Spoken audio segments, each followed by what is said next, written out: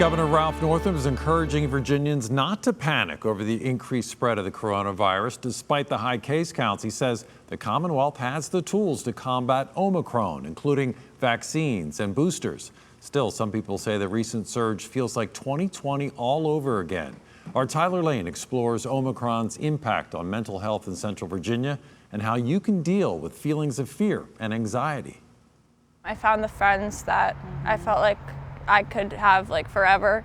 If there's a silver lining of COVID-19, Virginia Finch and Gabriella Lane have found it. The pandemic was good for us, I guess, and our friendship. But the pandemic hasn't been good on their mental health. It affected me a lot at first because I had just gotten off of my antidepressants. I already had some mental issues. Fast forward to December 2021, and it feels like 2020 on replay. I've just been doing what I can, and trying not to let it hurt me too much. With the Omicron variant spreading, Virginia shatters a record for the highest number of new daily COVID cases. I have been feeling a little bit nervous that school is going to start going back online more often and things are going to start becoming a little more restrictive. Please come out of the fear and start talking to people so that you will understand what is the basic science behind the virus. This scientist from India, who goes by Raji, has now witnessed 2 different countries respond to coronavirus. In India, people are more fearful than what I see here.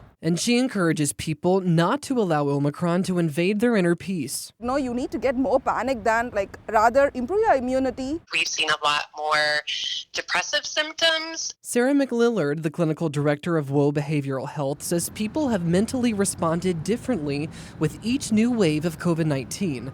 Now, a lot of people going into what we call the dorsal shutdown state, which is basically a constant state of exhaustion stemming from prolonged trauma. I think people are starting to realize that this may just be, a part of our life forever. The good news for those who are struggling is McLillard says there are helpful ways to cope. First, talk about it to a friend, family, maybe a Facebook group, even a mental health professional.